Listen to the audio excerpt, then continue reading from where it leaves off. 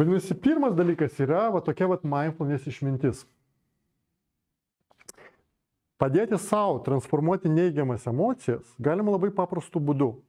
Jums reikia išmokti, užmerkus akis, stebėti savo kvėpavimą. Kuo daugiau, bent 20 minučių ryte ir vakare. Padarykite tai bent mėnesį. Jūs viduje įgausite tam tikrą koncentracijos lygį ir sąmoningumo lygį, kuris jums padės atlikti nuostabią neigiamų emocijų transformaciją. Ogi tokiu būdu žiūrėkit.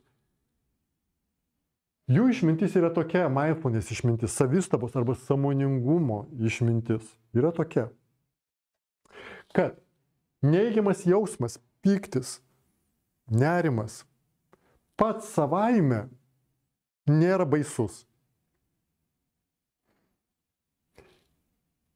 Pačios smegenys su nerimo jausmu, jos milijonus metų juk evoliucionavo, gali susitvarkyti. Praradimo jausmu, nevilties jausmu gali atstatyti. Bet jeigu mes pradedam apie tai galvoti, tarkime, patiriame nerimą, mes nepraradom darbo, jūsų artimi žmonės dar neužsikrėtė koronavirusu, jūs jaučiat lengvą nerimą, kad jūs galite užsikrėsti arba jūsų vaikas gali užsikrėsti. Smegenys gali su to susitvarkyti. Bet jeigu jūs pradedat, jausdami tą nerimą, fantazuoti įvairius ateities baisius vaizdus, kaip gali atsitikti su jūsų vaiku, su jumis, o jūs galite darbą prarasti, jūs galite susirgti, plus darbą prarasti, plus vaikas gali susirgti ir jūsų tėvai gali susirgti. Vadinasi, tada tas skausmas pradeda pavirsti kančia. Labai fainas yra šituo atveju tokia istorija, apie kurią pasakojo Buda. Buda sako, kad visada yra dvi strėlės. Viena strėlė, kuri įsminga ir jinai kelia skausmą. O antra strėlė skausmo mes patys savo įsismeigėme, galvodami apie tai, kad gali užsikrėsti, kad gali blogai vykti, kad aš galiu numirti, kad po to vaikai liks vieni, negalės savim pasirūpinti. Ir tas skausmas nuo mūsų mąstymo pavirsta kančia. Skausmas nuo strėlės, jisai turi ribas. Bet kančia, mąstymas apie tos siaubus, kurie gali atsirasti, neturi ribų. Dėl to mes galim tiek daug prifantazuoti apie tos skausmus, kad kančia pasidarys tokia didelė, kad mūsų smegenys neatlaikysime, mes turėsime psichinių problemų. Dėl to, jeigu žmogus atsisėda ir nekovoja su neigiamom emocijom, tai reiškia, jis aptinka tas neigiamas emocijas, nesipriešina joms. Kančia mažėja. Skausmas išlieka, bet kančia mažėja. Tokiu būdu mūsų smegenys puikiai gali su tuo susitvarkyti. Dėl to, kada žmogus atsisėda ir pradeda, išmoksta stebėti save, ilgainiui pradžioje jis atsisėda ir stebi bent 20 minučių savo kvėpavimą ir treniruoja bent mėnesį. Po to jis pradeda taip stebėti ne tik kvėpavimą, bet ir nerimą, kurį jaučia dėl koronaviruso. Arba pyktį, arba nusivylimą. Ir tiesiog stebi be jokio pasipriešinimo jausmo ir mato, kaip kančia mažėja. Neigiama emocija išlieka, bet kančios jausmo nelieka. Protas nusiramina ir jis tada gali rasti blaivų, protingą sprendimą. Kaip ta praktika atrodo? Nereikia kovoti su neigiamom emocijom. Nereikia jų perdarinėti ir sukontroliuoti pasaulio. Reikia atvirkščiai, kaip ta multiplikacinė filme, nebėgti nuo to, kas upelėje gyvena ir baisaus, o ateiti ir nusišypsoti tam, kas gyvena upelėje ir matyti, kad jie nieko baisaus negyvena. Dėl to mes nekovojam su neigiamom emocijom, mes stebime jas ir nereaguojame. Čia yra gydymas, didysis gydymas, kurį naudoja žmonė jau 2500 metų. Kada jūs stebite emocijas ir nekovojat, tos emocijos nustoja didinti kančią. Jos išlieka, nerimas, bet jis nedidėja. Tada, kad nedidėtų, kad jis nedidėtų, jums reikia priimti, nesipriešinti, būti su neigiamom emocijom. Ne tam, kad jos praeitų, o tam, kad jūs galėtumėt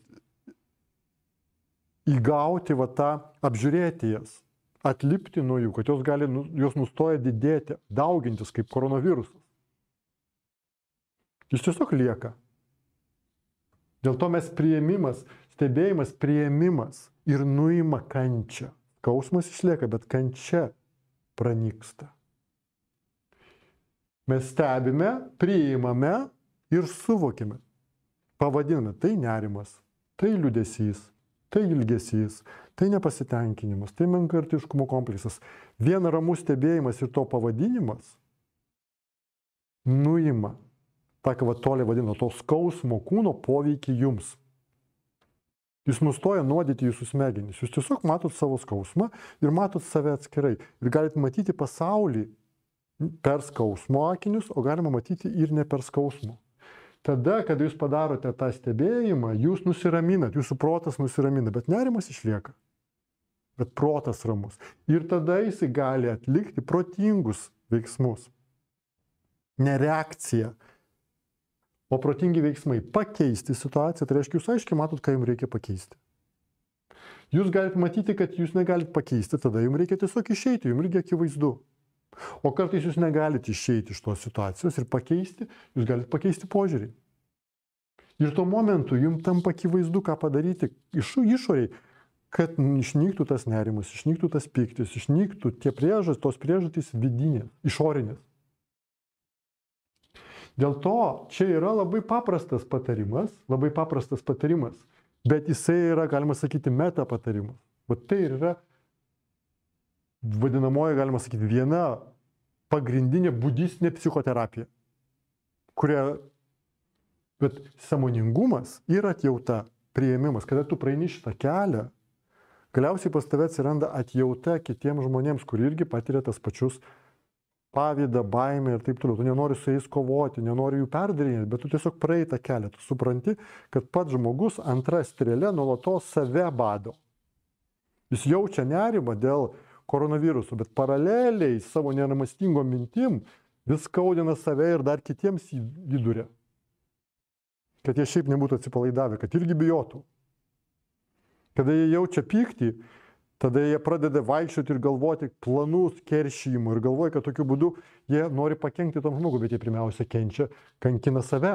Jie nuolatos atgamindami pavydo arba ten keršto planus, nuolatos bado antrą strėlę ir kančios jausmas pasitik didėja, jam vis labiau atrodo, kad tas žmogus jį sukelia kančią, bet iš tiesų ne, jisai pats antra strėlė sukuria kančią. Kada žmogus stebi ne tik išorę, bet ir vidų, jam tai tampa akivaizdu. Tokiu būdu šitas žmogus gali pats savo padėti įveikti daugumą neigiamų emocijų ir jausmų. Jeigu jūs tingite medituoti, tingite visą tai daryti, aš jums pasiūlysiu paprastą patarimą. Ogi paprastas patarimas toks, kada pas jūs užeina neigiama kažkokia paskata, pyktis, kažką padaryti, susierzinimas, kažką pasakyti, noras atkeršyti. Vat kada tai atsiranda, jūs atidėkite tą veiksmą parai. Ir po to, jeigu norėsit, keršykit. Vadinasi, neigiamą paskatą atidedat dienai. Ir po to nusprendžiat. O, sunkesnė dalis. O teigiamą paskatą iš karto realizuojat. Bet jūs pamatot žmogų ir patiriat teigiamas emocijas ir norit kažką faino pasakyti, sakot jam. Kai tik žavitės žmogum, iš karto sakot, kad žavitės. Kai tik norit kažką gero padaryti, iš karto darote. Vadinasi, teigiamą paskatą. Iš karto darot, mes dažniausiai atidedam. Jo, tu galvoji, rytoj aš paskambinsiu ir pasakysiu žmogui fainus dalykus. Juk dauguma žmonių po to gyvenimo pabaigoje susimąsto, kodėl jie tiek mažai leido laiko su artimai žmonėmis ir nepasakė jiems, kad juos taip myli. Dėl to, kad jie atidinėjo. Dėl to jūs netidedat. Jūs iš karto sakote tiem žmonėms, kad jie jums svarbus, kad jūs juos mylit, kad labai jūs laimingas, kad jūs tas žmogus šalia jūsų. Netidedat dienai. O neigiamas paskatas atidedat. Ir taip daro tol, kol tai tampa jūsų gyvenimo būdu. Pamatysit, kaip išaugs jūsų draugų ratas. Laimės jausmas ir tai jums bus akivaizdu ir natūralu, kad neigiamos emocijos pirmiausia kankina tave ir kada tu išliejai neigiamas emocijas, galima sakyti, kad ežys, žinot, neigiamą emociją ežys, jūs nenorite jo nulaikyti, dėl to jūs metat kitam žmogui. Kitas žmogus pagauna tą jūsų metamą ežį ir iš karto jums atgal, nes jam irgi nemalonu. Tada jūs jums atmetė jūsų patį ežį, tada jūs imat ir dar kartą stipriau metat tam žmogui ežį. Tada tam žmogus irgi pagauna tą ežį, jam nemalonu, jis meta. Bet taip yra su neigiamam emocijom. Tu išlėjai pyktį, tas žmogus tavo atgal, tada tu jam dar atgal, tu jam dar atgal ir abudu jūs iki tiek pyktį. Jums reikia nustoti mėtyti ežius. Jūs pagavote ežį ir stebite, čia ežys, pyktis, liūdesys. Ir padedat. Ir stebit. Ir suvokit, čia tiesiog ežys. Tada tas ežys atsipalaiduoja. Ir nušliaužia. Jį išlenda iš gynybinės padėties ir nušliaužia kažkur nėra ežio. Bet čia yra tokia technologija. Toks būdas, tokia praktika, kuri gali padėti tau pačiam tapti mokytoju savo.